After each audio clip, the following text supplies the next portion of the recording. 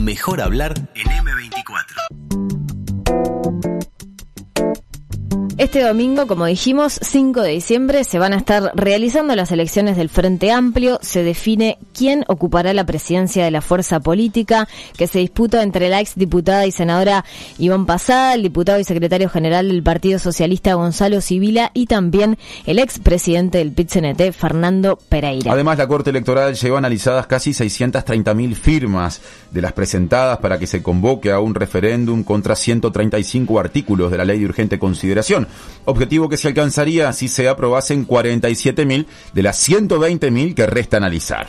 El año también viene siendo intenso a nivel de elecciones de nuevas autoridades en organizaciones sociales, partidarias y también organismos públicos cogobernados o con participación de la sociedad civil en sus ámbitos de conducción, como es el caso del BPS. Además, a mediados de este mes se presentó públicamente en el Teatro El Galpón la Fundación Progresista Siembra, un espacio al que sus impulsores e impulsoras definen como un ámbito de construcción colectiva, militante, que se moverá entre la investigación y la acción. Para analizar la jornada electoral del próximo domingo, conocer qué se propone Siembra y hacer un balance del desempeño del gobierno y oposición durante este año, mejor hablar con el senador frente amplista del MPP, Alejandro Sánchez, a quien ya le damos la bienvenida en este momento. Sánchez, buenos días. Buenos días, Mariana, Martín, un gusto estar en contacto con ustedes, con la M24, mejor hablar hoy. Bueno, gracias por recibirnos. Antes de comenzar a desglosar los temas que teníamos pensados y previstos para hoy, no podemos dejar de hablar de lo que sucedió ayer, ¿no? En las elecciones del BPS, recién lo comentábamos, ONAJPU y PIT-CNT siguieron teniendo apoyos en las direcciones en el BPS, pero rompió un solo Uruguay ganando el espacio a las cámaras empresariales justamente en este rubro. ¿Qué lectura primaria hace estos resultados del día de ayer?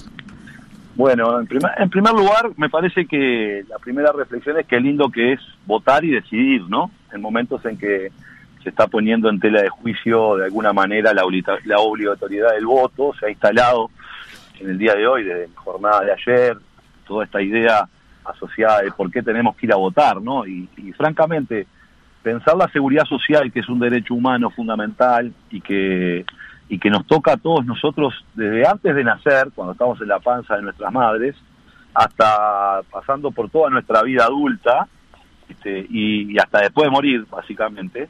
Me parece muy importante que haya representación social, que las organizaciones sociales tengan una voz dentro de las instituciones públicas para poder opinar, porque muchas veces las leyes, los decretos, las políticas públicas merecen interpretaciones y es bueno que estén allí las organizaciones sociales. O sea que en primer lugar, primero, saludar lo que fue una linda jornada, y creo que es muy importante continuar de esa manera, ¿no? Es decir, el hecho de decidir, de que otros no decidan por vos, me parece que es muy importante y hay que valorarlo mucho en estos tiempos que se cuestiona tanto. Se deduce de sus palabras que está de acuerdo con la obligatoriedad de estas elecciones, entonces. Sí, sin lugar a dudas, sin lugar a dudas. En el Uruguay el voto es un derecho, pero también es una obligación, porque ahora empezamos a hablar de la obligatoriedad del BPS y mañana terminamos hablando de la obligatoriedad de las elecciones nacionales.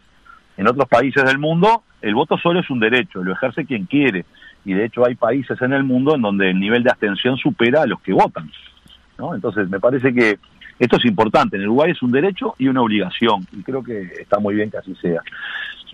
Yo diría, en primer lugar, una enorme felicitación a Ramón Ruiz y al equipo de representación de los trabajadores que recibió un apoyo muy importante, superior al del 2016, lo cual habla a las claras de que su desempeño, su trabajo, ha sido muy bueno y los trabajadores y las trabajadoras del Uruguay así lo reconocen y por eso lo eligieron para que continuara, porque pensemos que un solo Uruguay se presentó en los 3 órdenes, ¿no?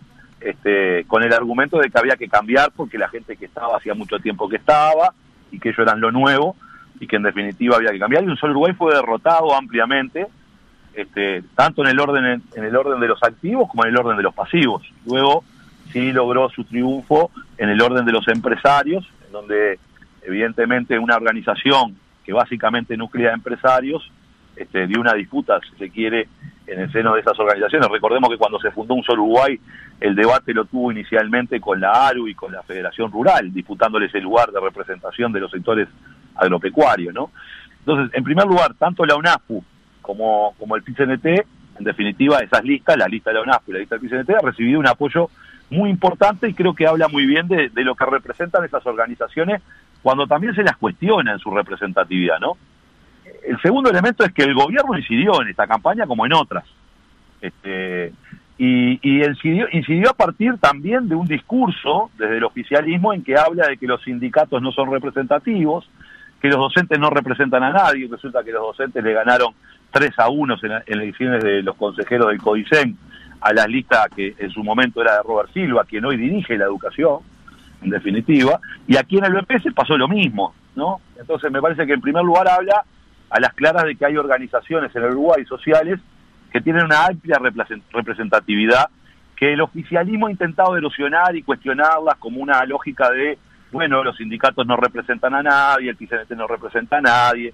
Bueno, por la vía de las urnas se ha demostrado que ese discurso fue ampliamente derrotado, ¿no? Y el gobierno perdió en varias de las elecciones que trató de incidir. Recordemos que en las elecciones del sindicato médico el presidente de la República recibió a la lista que promocionaba, la recibió en la torre ejecutiva, lo mismo pasó con los docentes, y ahora el Partido Nacional puso toda su infraestructura al servicio de un solo Uruguay. Miren, yo le cuento, yo estuve en Paysandú el día viernes, y cuando iba a una radio pasé por un local del Partido Nacional y estaba repartiendo listas de un solo Uruguay, quien era hasta ese momento, porque ese mismo día cambiaba, el presidente de la Junta Departamental de Paysandú, y era el que repartía las listas.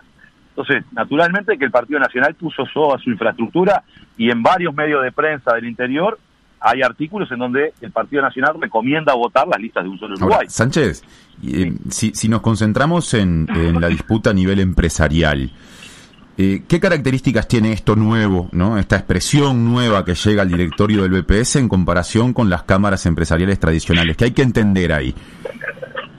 Bueno, a ver, a mí lo que me parece, lo que yo he sentido, hemos recibido un solo Uruguay opinando en el Parlamento en distintas oportunidades, y creo que hay un cambio en el sentido de que un solo Uruguay representa una opción política, yo diría, bastante radical en términos de su visión con respecto al Estado y el libre mercado, ¿no?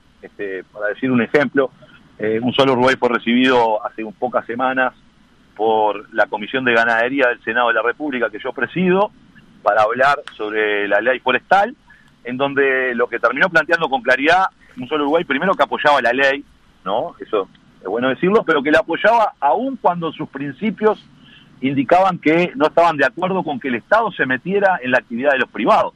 Es decir, ellos partían de la base de que el Estado no se tiene que meter en el negocio de los privados, pero en este caso lo que planteaban era que sí estaban de acuerdo, porque claro, los privados que están hablando son privados transnacionales mucho más grandes, entonces ahí sí están de acuerdo que el Estado intervenga, pero después no están de acuerdo que el Estado intervenga en las relaciones entre los empresarios y los trabajadores, entre qué cosas debe hacer un empresario agropecuario en su tierra, ¿no? Estableciendo esta idea de que el Estado no se venga a meter en lo que hacen los privados. Por tanto, diría, es una organización que surgió hace relativamente poco tiempo, con mucha prensa. Recordemos que su primer evento público fue en enero, y fue básicamente una plataforma de confrontación con lo que en ese momento era el gobierno del Frente Amplio, y tuvo una cobertura casi de cadena privada de televisión y radio, ¿no?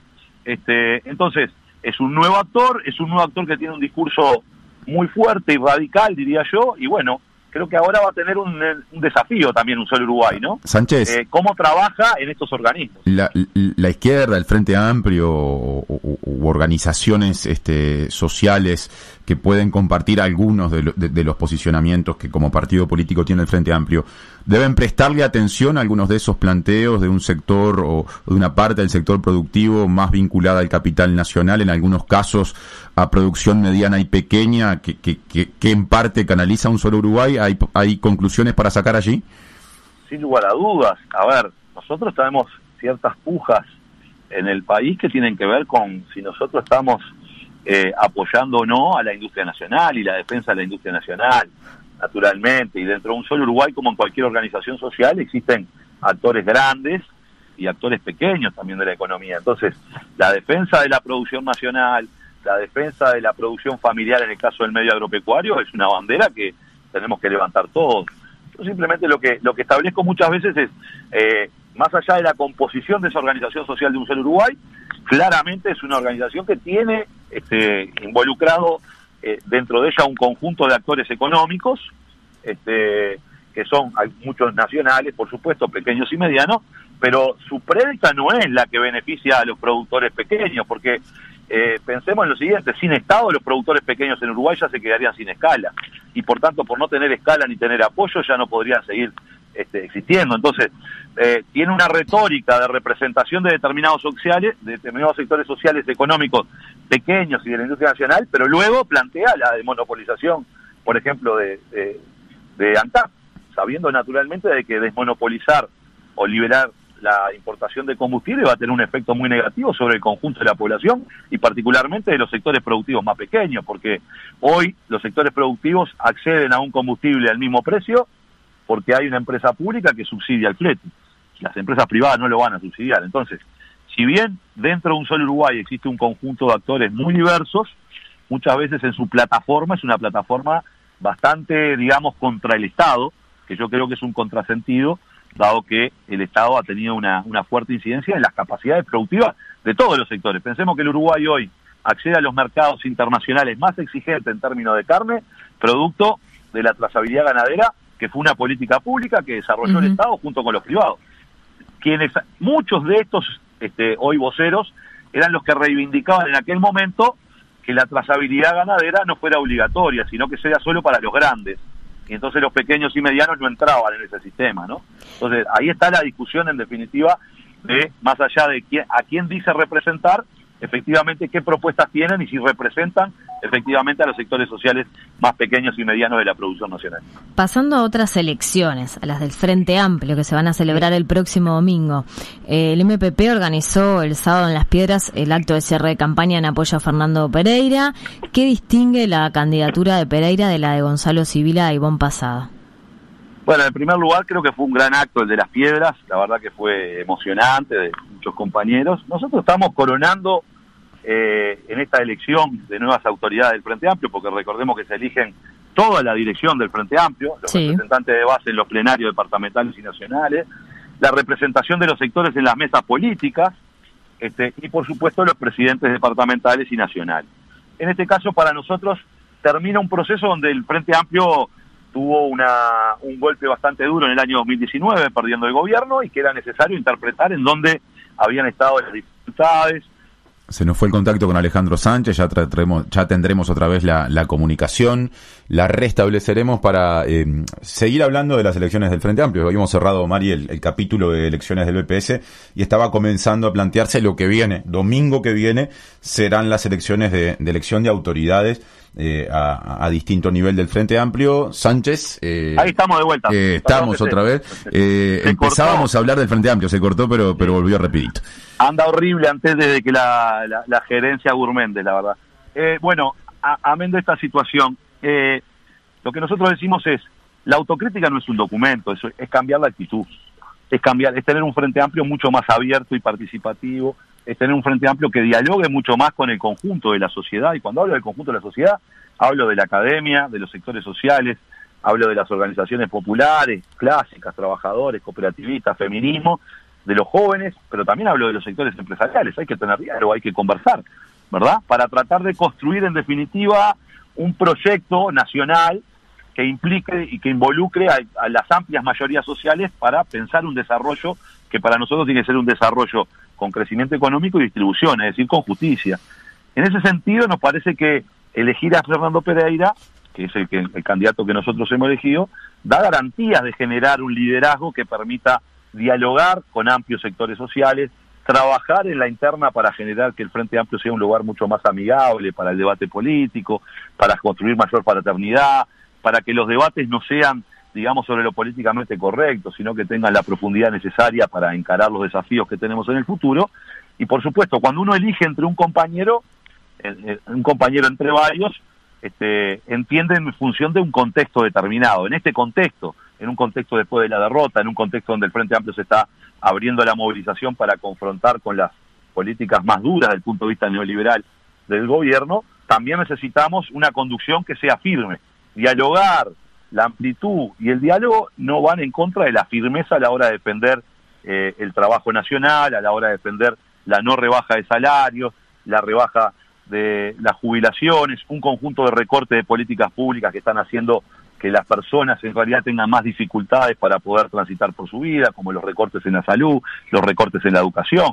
Es decir, denunciar un conjunto de cosas que viene haciendo el gobierno que son muy contrarias a las que se comprometió. Yo digo, ¿dónde están los liceos de Talvi? Ya se fue Talvi, pero tampoco están los liceos. En realidad lo que tenemos es un recorte donde tenemos 100 grupos menos en secundaria, ¿no? Entonces, en definitiva, estas cosas hay que denunciarlas con mucha firmeza, y también hay que generar diálogo con la sociedad para construir nuevas mayorías, propuestas que tengan, en definitiva, asidero y respaldo en la sociedad para poder avanzar en términos de construir un Uruguay distinto. Entonces, nosotros creemos que hoy, en este contexto, Fernando Pereira es la persona indicada para poder liderar ese proceso dentro del Frente Amplio. Uh-huh. Estos diálogos que mencionaba, esta necesidad de tejer otras redes y otras alianzas, incluso con sectores que estén más allá del Frente Amplio, también tiene que ver con la Fundación Siembra que se lanzó formalmente este mes. Bueno, todo va con todo. Sí, Siembra tiene como un lema muy importante que es la idea de generar un espacio de diálogos honestos, ¿no? Porque muchas veces vemos que las discusiones son muy maniqueas y los grandes temas nacionales y de fondo quedan al margen de la retórica, digamos, marketinera de la política, ¿no? Y se van quedando cada vez pocos espacios para debatir en profundidad qué es lo que pensamos, qué es lo que sentimos y hacia dónde deberíamos ir, es decir, qué proyecto de sociedad proyectamos hacia el futuro, ¿no? Hacia dónde van los grandes desafíos, en función de que tenemos un mundo lleno de complejidades. Hay un debate instalado en el mundo acerca del qué va a pasar con nuestras sociedades post-COVID, hay un debate con respecto a la enorme velocidad de la creación científico-tecnológica y los impactos disruptivos que tienen que ver con la inteligencia artificial y la automatización. Hay un enorme debate sobre los conceptos constitutivos de la democracia, ¿no? Es decir, justamente, cómo se construye democracia y cómo se involucra a las sociedades en esos debates. Hay un debate gigantesco sobre la preservación del medio ambiente y la necesidad de producir bienes y servicios. Es decir, vamos a seguir en una lógica destructiva del medio ambiente mirando en el corto plazo. Hay muchos temas arriba de la mesa hacia dónde orientarse, que el Uruguay tiene que ver cómo se inserta en ese mundo, ¿verdad? Y cómo construye bienes públicos de calidad y una sociedad mucho más amigable, más habitable. Bueno, eso requiere de sentarse a pensar, pero no de pensar en una reflexión abstracta, digamos, desde las montañas, fuera de la realidad y de las prácticas concretas, sino pensar desde las mismas prácticas concretas, incorporar las prácticas concretas de militancia y de trabajo de las distintas organizaciones sociales, desde un barrio hasta un centro cultural, que tienen para decirnos, mezclar esas perspectivas, la de la academia, la de la cultura, la de la política, y ver de esas distintas miradas cómo podemos construir propuestas, ideas y proyectos de futuro.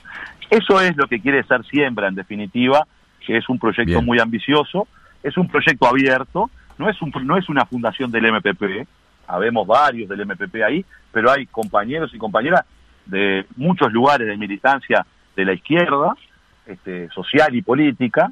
Busca generar un punto de encuentro, salirse de la agenda cotidiana, o sea, Siembra no se va a dedicar a criticar la política cotidiana, sino se va a tratar de pararse sobre los problemas cotidianos que hoy tenemos para pensar hacia el futuro y aportar elementos que los tomarán o no los tomadores de decisiones de las organizaciones políticas y sociales, y en ese contexto es que estamos tratando de formar ese espacio que, como ustedes decían, es un espacio de izquierda, progresista, democrático, una fundación en construcción, que está abierta a todos aquellos y aquellas que quieran aportar sus ideas, sus conocimientos desde un lugar, en definitiva, de eliminar, como dijo un compañero, la ética de la responsabilidad, esto de lo políticamente correcto, y avanzar en definitiva a la ética de las ideas o de las convicciones, es decir, poner arriba de la mesa efectivamente lo que queremos hacer y soñamos que debemos construir. Sánchez, ¿cuál es la diferencia entre lo que representa Siembra y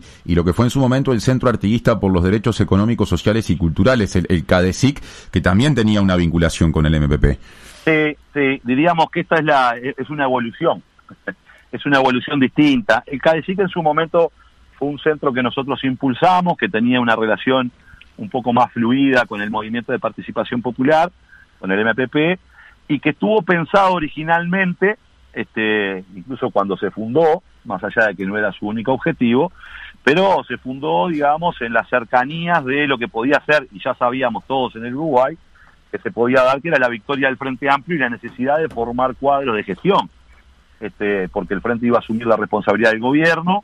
El CADECIC se forma un poco antes del 2004, en el 2003 se empieza a discutir la creación del CADECIC, en el 2004 ve la luz, y lo que buscaba de alguna manera también era que confluyeran allí personas con capacidades, digamos, y con conocimiento, que sin ser del MPP, pero sabiendo que se vinculaban a una institución del MPP, pudieran aportar ideas para lo que iba a ser después el desafío de la gestión de la izquierda, que era una el primer acotación. gobierno nacional. Hay una coincidencia, en ambos casos son experiencias que se lanzan en tiempos de Frente Amplio en la oposición. Sí, es interesante, ¿no?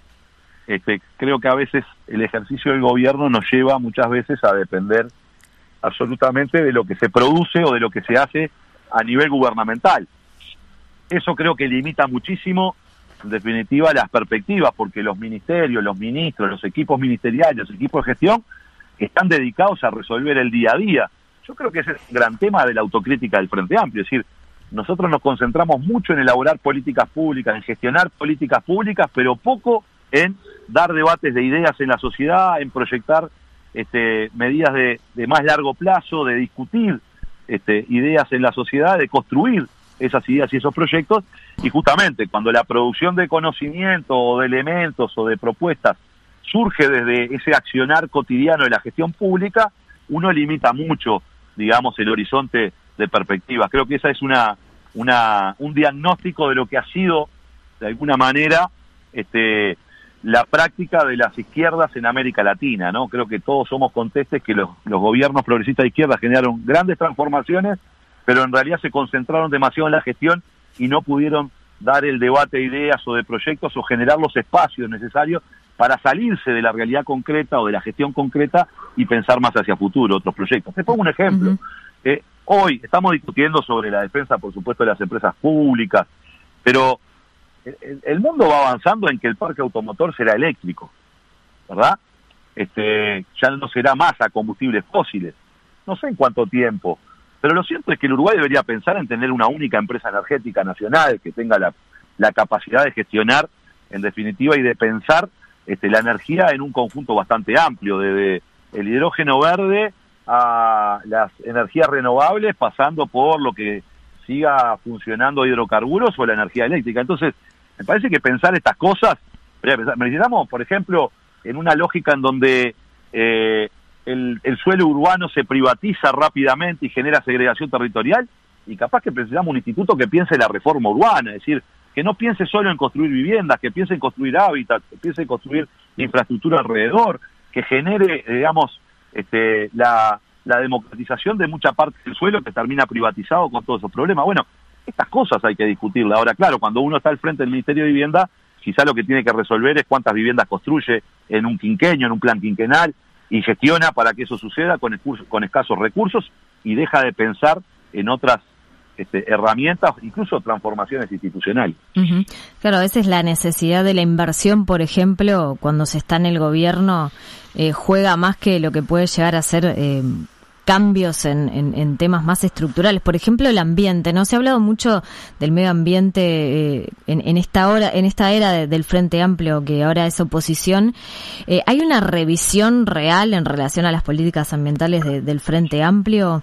Ha estado en los documentos de autocrítica, recién lo mencionó, en el libro de Rubio también hay un capítulo especializado en relación al medio ambiente. Nosotros aquí en entrevista con Carlos Santos, un investigador dedicado a estos temas, decía que del progresismo en la región ha enunciado que tiene una preocupación fuerte por la protección de los recursos y el ambiente, pero el modelo de desarrollo se basa en esa explotación de recursos. ¿Cómo se maneja esta tensión? Bien, yo creo que hay una tensión en el medio ambiente, por supuesto, que es en la preservación de los recursos naturales, y la utilización de los recursos naturales para satisfacer las necesidades de la sociedad actual. Esto es, digamos, cómo construimos solidaridad intergeneracional. No podemos utilizar los recursos y degradarlos porque se los estamos sacando a nuestros hijos y nietos. Ahora, el conservacionismo por sí solo tampoco genera cambios en ese sentido. Yo creo que el concepto de justicia ambiental hay que incorporarlo con mucha más fuerza, ¿no? Muchas veces se generan privatizaciones que tienen que ver con privatizaciones de la ganancia de la utilización de los recursos naturales y socialización de las pérdidas, de la degradación del medio ambiente, ¿no? Eso hay que invertirlo, hay que cambiarlo por proyectos más sustentables, pero que también garanticen, en definitiva, la justicia en la distribución, la utilización de recursos naturales y su justa distribución, además de la preservación de estos hacia el futuro. Lo que pasa es que hay que cambiar también las claves en las que pensamos, ¿no? Porque nosotros pensamos en la producción sobre la base, digamos, de la primera industrialización, en donde se sentía que los recursos naturales eran infinitos, ¿verdad? Y esto implica cambiar básicamente la lógica como pensamos en la utilización de los recursos, que son finitos, y que estamos llegando a ciertos límites, y que la naturaleza nos está imponiendo ciertos límites que condicionan las posibilidades de la vida sobre la Tierra, ¿no? La temperatura del planeta, la generación del cambio climático, la situación sobre el efecto invernadero, todos estos problemas que generan justamente el incremento de la temperatura, la explotación abusiva de los recursos naturales por parte de empresas transnacionales que no piensan, digamos, en la sustentabilidad, sino que piensan en el corto plazo, en el lucro y la ganancia. Bueno, acá hay un debate, en definitiva, muy fuerte, que hay que pensarlo en claves distintas, ¿no? Toda la discusión sobre el extractivismo, naturalmente, que implica ver cómo generamos, digamos, políticas que detengan de alguna manera el afán egoísta de lucro, que no piensa en la conservación y en la preservación de esos recursos o en la regeneración de los recursos, porque toda actividad humana genera impactos en el medio ambiente. Una ciudad genera enormes impactos en el medio ambiente, ¿no?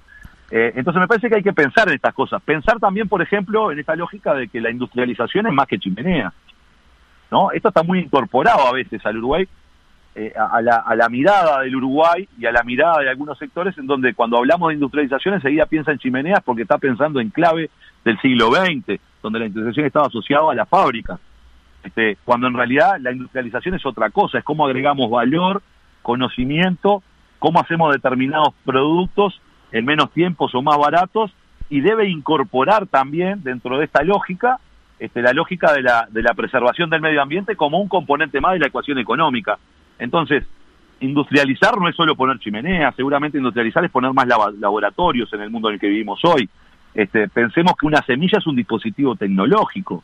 Pensemos en todo lo que tiene que ver con la biotecnología. El Uruguay debería tener una empresa de biotecnología, porque debemos poner al Estado uruguayo en la frontera tecnológica en el mundo en el que vivimos. Bien.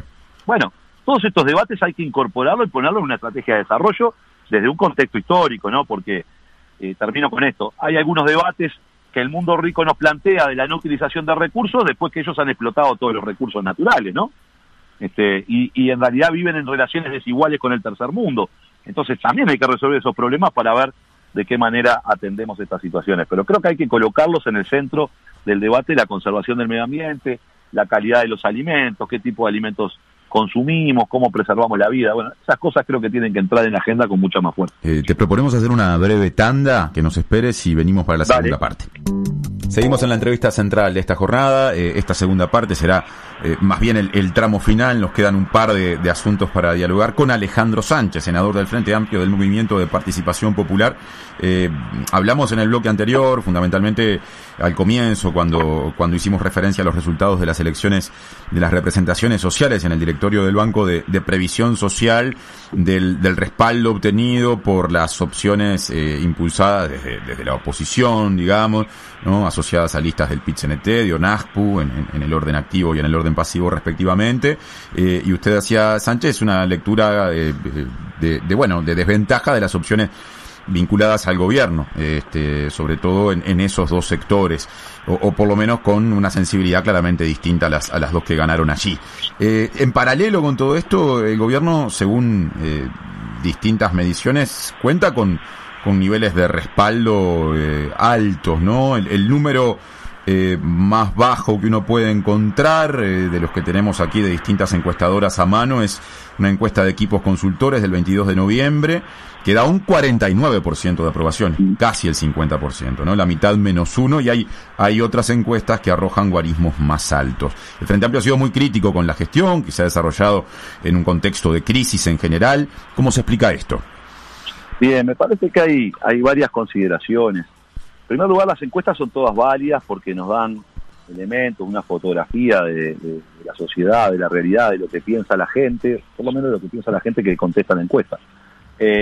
Y creo que hay que tomarla siempre como insumos para trabajar.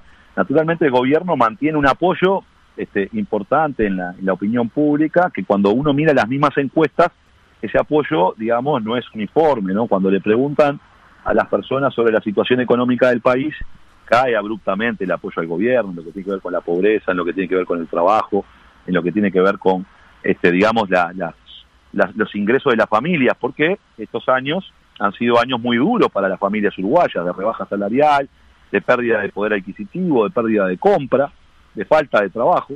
Entonces, el gobierno ha tenido una gestión en el Uruguay, más allá de matices que uno pueda tener, con la velocidad en la que llegaron las vacunas, etcétera, etcétera, ha sido, cuando uno mira lo que pasa en la región, el gobierno ha sobresalido, digamos, en el manejo de la pandemia, ¿no? Naturalmente, el Uruguay ha tenido momentos muy difíciles en la pandemia, pero hoy todo el mundo tiene vacunas y eso hace que la gente tenga una aprobación en términos generales del gobierno, y el gobierno ha sabido capitalizar esa situación en el sentido de que atribuye todos los problemas del Uruguay a la pandemia, ¿no?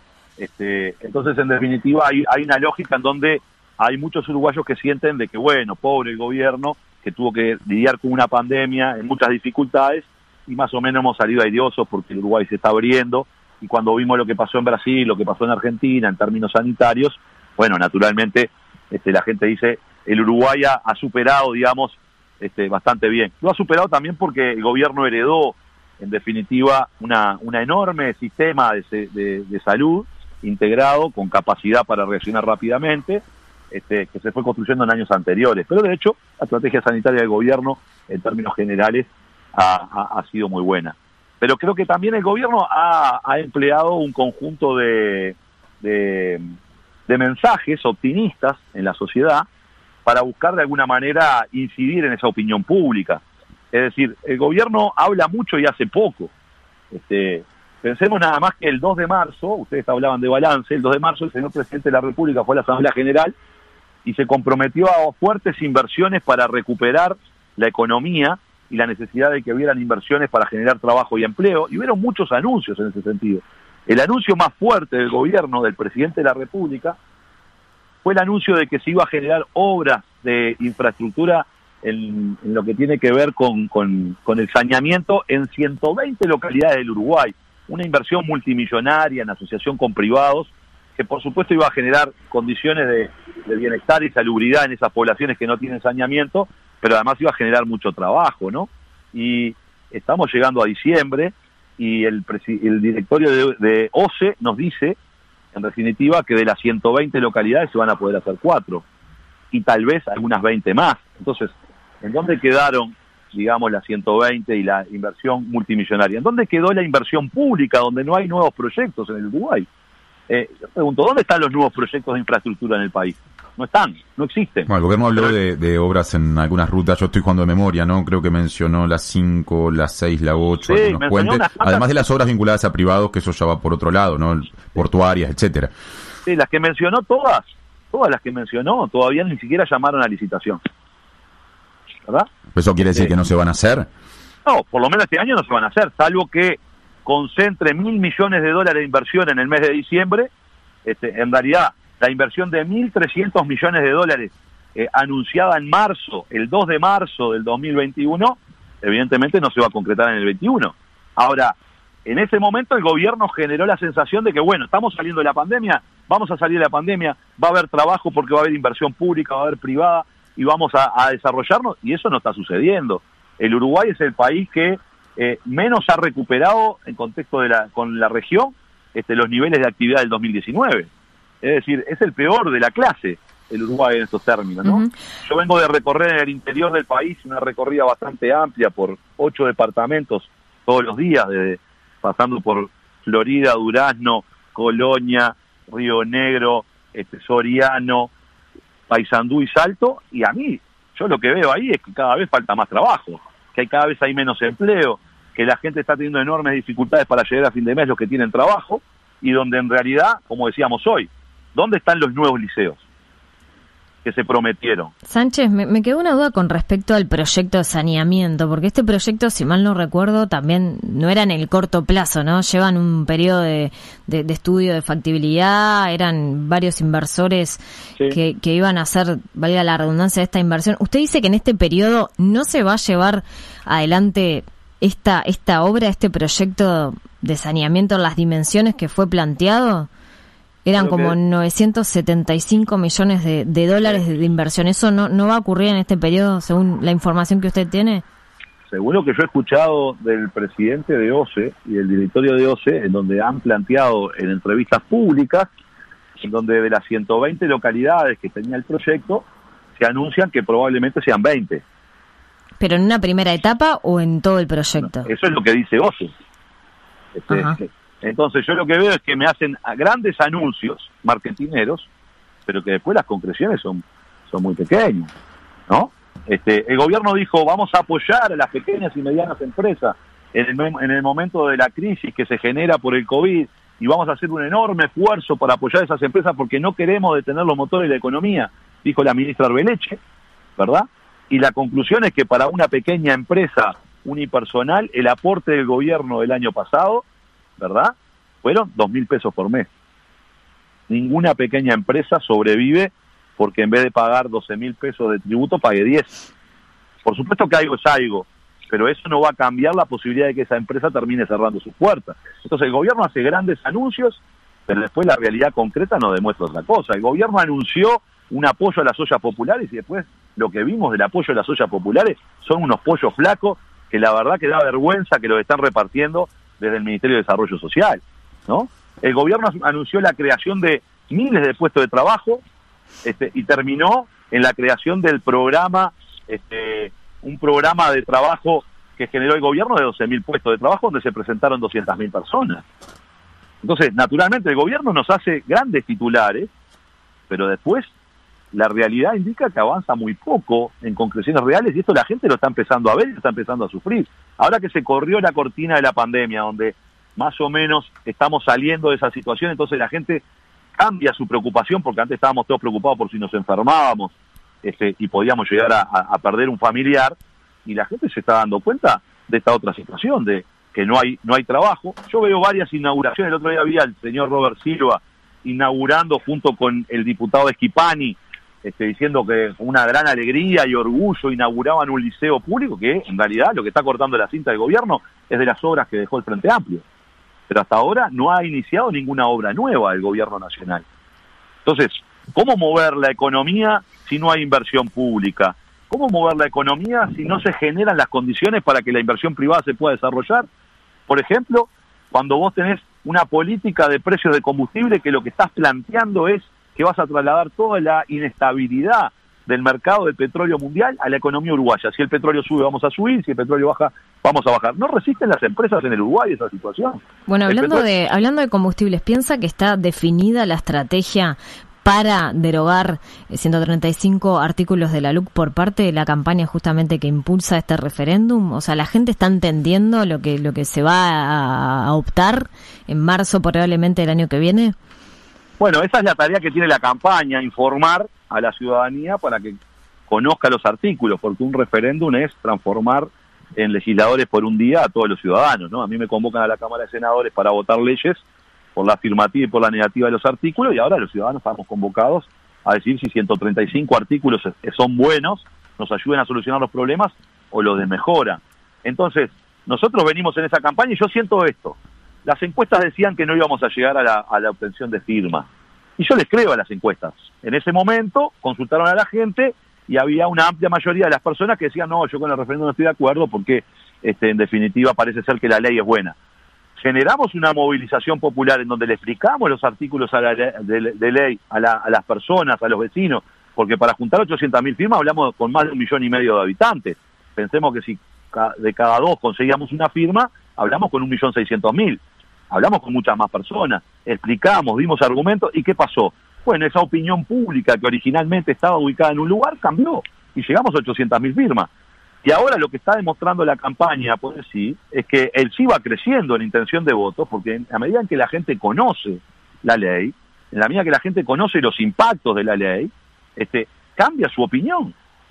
Entonces me parece que ahí está centrado el objetivo. No está ganado el referéndum, porque ganar un referéndum es muy difícil. En Uruguay es el 50% más uno de los votos válidos, o sea que los votos en blanco votan no, o sea, votan con el gobierno, votan por la permanencia de la ley. Pero en realidad este trabajo de diálogo en la sociedad y decir, bueno, a ver, ¿a vos te parece, vos querés vivir en una sociedad en donde todos los meses puedan ajustar los combustibles, cuando es el precio de la economía y esto hace que suban los precios de la economía, desde los fideos a lo que sea? ¿Estamos de acuerdo en vivir en una sociedad donde los colonos que piden tierra a colonización no vivan en la tierra, o sea que no son más colonos, ni trabajen en la tierra? O sea, yo no tengo problema en que si vos querés comprar un pedazo de tierra y poner gente a trabajar para vos, lo hagas. Ahora no se lo pidas a colonización. Si le pedís tierra a colonización es para trabajarla, no es para no trabajar en el predio. Porque estamos cambiando e invirtiendo lo que es el Instituto Nacional de Colonización. Y yo creo que esto la gente lo entiende y dice, no estoy de acuerdo con que vos le pidas tierra y le saques la oportunidad a un joven rural, hijo de productor familiar, que quiere quedarse en la campaña, que quiere vivir de la tierra, y vos le saques la oportunidad para vivir en la ciudad y poner otros a trabajar para vos. Senador, estamos ya llegando al final de la entrevista. No queríamos cerrar sin por lo menos mencionar el contexto de muy posible campaña electoral, o campaña, mejor dicho, rumbo a un referéndum. Así que le agradecemos por este rato, por estos minutos para mejor hablar, y hasta la que viene. Bueno, por suerte tenemos otros momentos para seguir discutiendo en esta campaña sobre la ley de urgente consideración. Yo le agradezco mucho a ustedes el espacio y bueno, les deseo un feliz año, ya que estamos casi a 30 días y no tenemos el espacio antes de vernos y de conversar. Un muy buen año y bueno, que terminen bien este año también. Muchas gracias, un abrazo. Que pasen muy bien, un saludo grande. 97.9 FM Montevideo. 102.5 FM Maldonado. Escucha distinto.